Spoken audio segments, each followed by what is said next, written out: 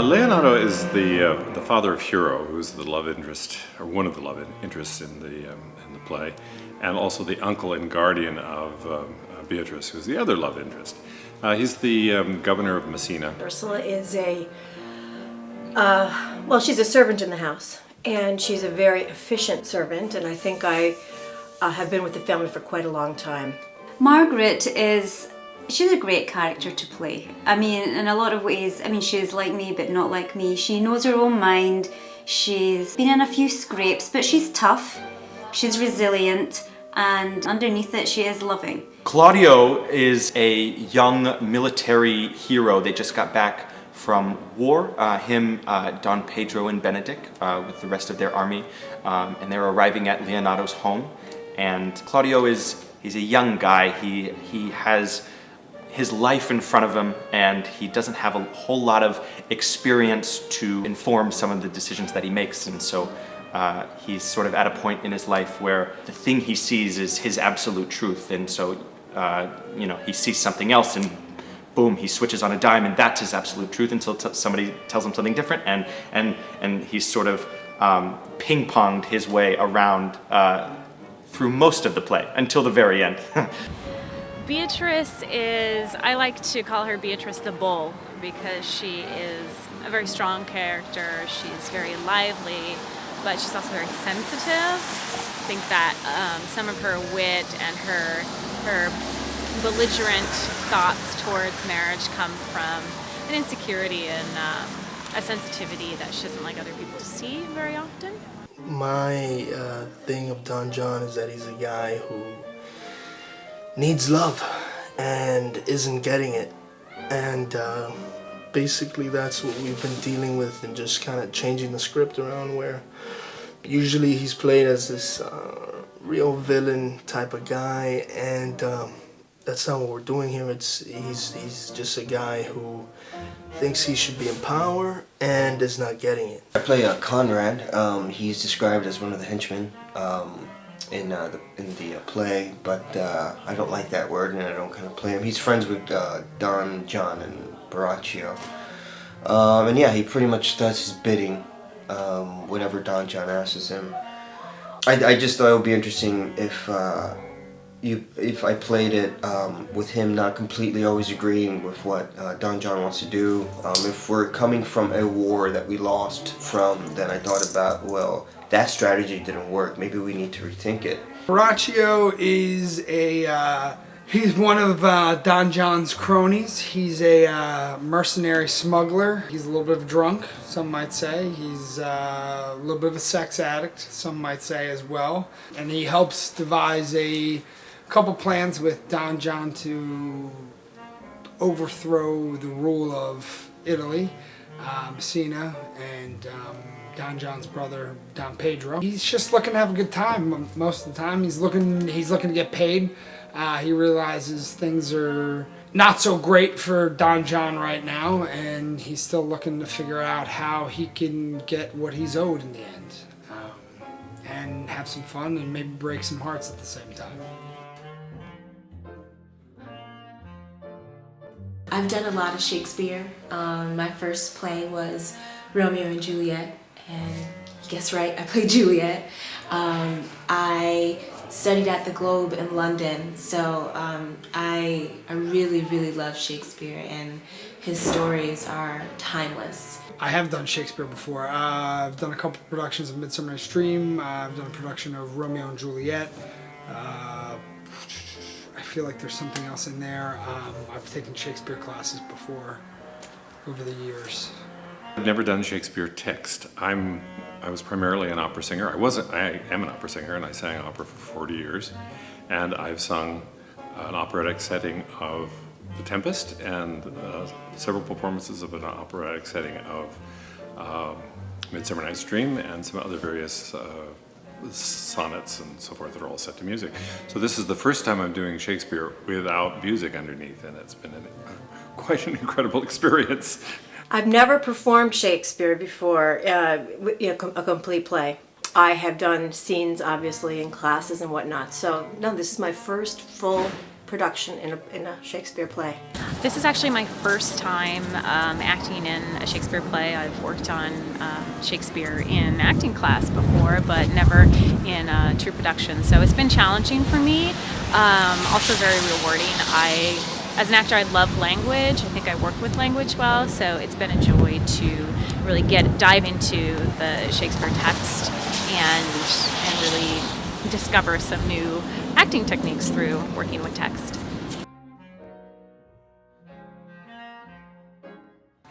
I think rehearsals are going well. There's a lot of superstition in the theater, and my only thing is I think we're in a very good place for where we are, so that makes me a little bit nervous. Usually there's some sort of crisis at this point, and we don't have that. So maybe I should create a crisis. I might create a crisis. But no, at the moment, we're in a really good place. Working with our other cast members has been such a positive experience. This show has 18 actors, and everyone is so involved in the production and so willing to do anything for the production, and there's a lot of really great acting work that's going on. With a cast that large, sometimes there's there can be issues, but with our cast, everybody's simply amazing. It's great. We all are, I feel, bonding well and working well together as an ensemble. It's great. It's been great. It's always nice when you want to go that extra mile and really push things and really explore things and experiment things, and the people you're working with are willing to go there with you. So for me, it's been a great experience just because of the support I've been getting from those guys, and even the young lady that plays Margaret as well. It's very interesting. Once you get your lines down, that was absolutely the hardest part, was memorization of this language. Once that is in your muscle memory, it's really like any other play. It's actually easier in many ways because you really are connected to the subtext. And I think sometimes in modern language we're not always forced to look at that as easily. But this is obviously very much a part of it. What am I really saying? We spend a lot of time without an audience, and it's a huge part of the equation. So I'm just really excited to get an audience and to feel their energy in the room. I think that'll give a new dimension to the show that we haven't had because we've been in rehearsal. I think the audience will leave with a great sense of, like enjoyment, like happiness, and I feel that this play especially is one of Shakespeare's more like readily funny, readily accessible. We're not sitting through like hours of tragedy. It's light, it's funny, it has something for everybody. I think there's gonna be a lot of ladies out there that want Dogberry's phone number. I think that's gonna be probably the most requested thing after the show. How an audience may react to anything is, I think, always very interesting, because you find, particularly in a run, that you can tell that they're responding in a different way, and it's a different play to them every night, and therefore it becomes a different play to you, or a different performance to you. When you have a great play like this that has so many levels, it becomes a Rorschach test for every member of the audience. They see themselves, if it works properly, they see themselves in what's going on up there, and they come out saying, oh, how do I do that? Or should I do that differently? It is a lot of fun. It is a very comedic piece, and Couba has directed it in that way. But there's also a real grain of truth to it that is serious. And I think, hopefully, the audience, if we do our jobs well, will walk away with a little more food for thought about their own, masks, and kind of what masks does each one in the audience wear.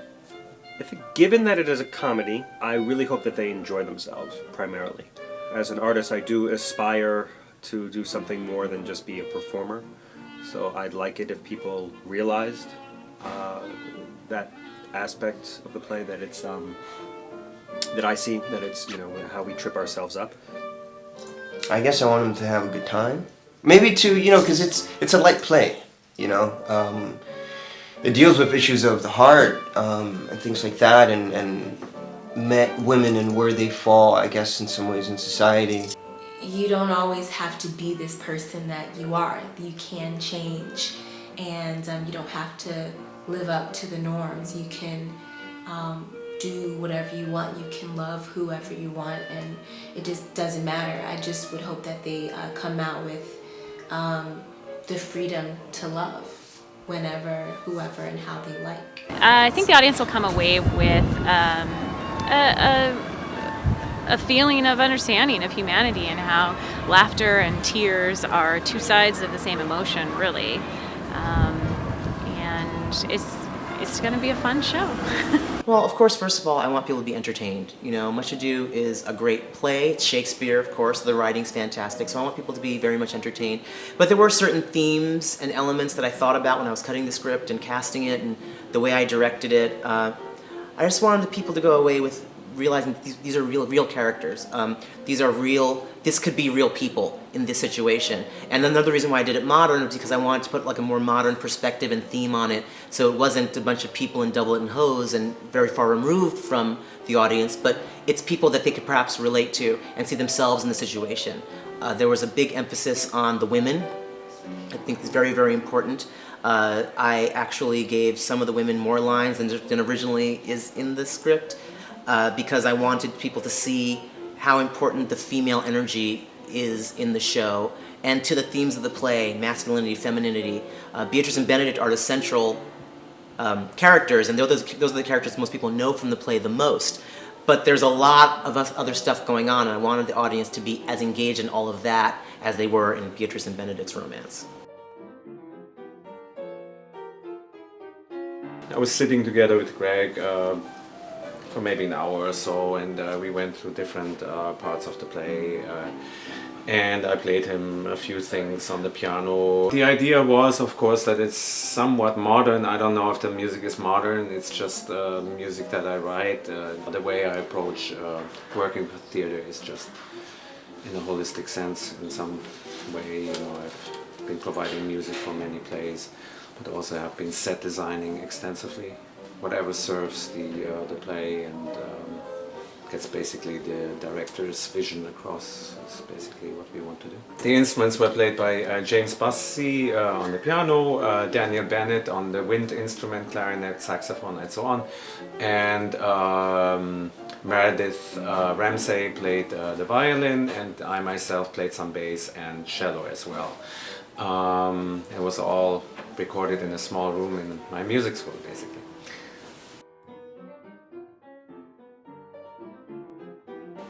When they asked me to direct, one of the first things I thought about was, well, how are we going to present this? And, you know, we're doing an off-Broadway production. We're here in Harlem, so we wanted it to be diverse, first off. Also, when you're doing theater at this level and you don't have a lot of money, that doesn't mean that you can't do an excellent production. That's what we wanted. We wanted the highest level and highest quality. So it's very bare bones, but clean. I just hope people come and enjoy the play. You know, there's a lot of sadness in it. There's a lot of it's comedy. So there's a lot of happiness in it, and just maybe coming away, if you know the play, coming away with a really different perspective on it. You know, that would, and if you don't know the play, coming and discovering this wonderful work of Shakespeare.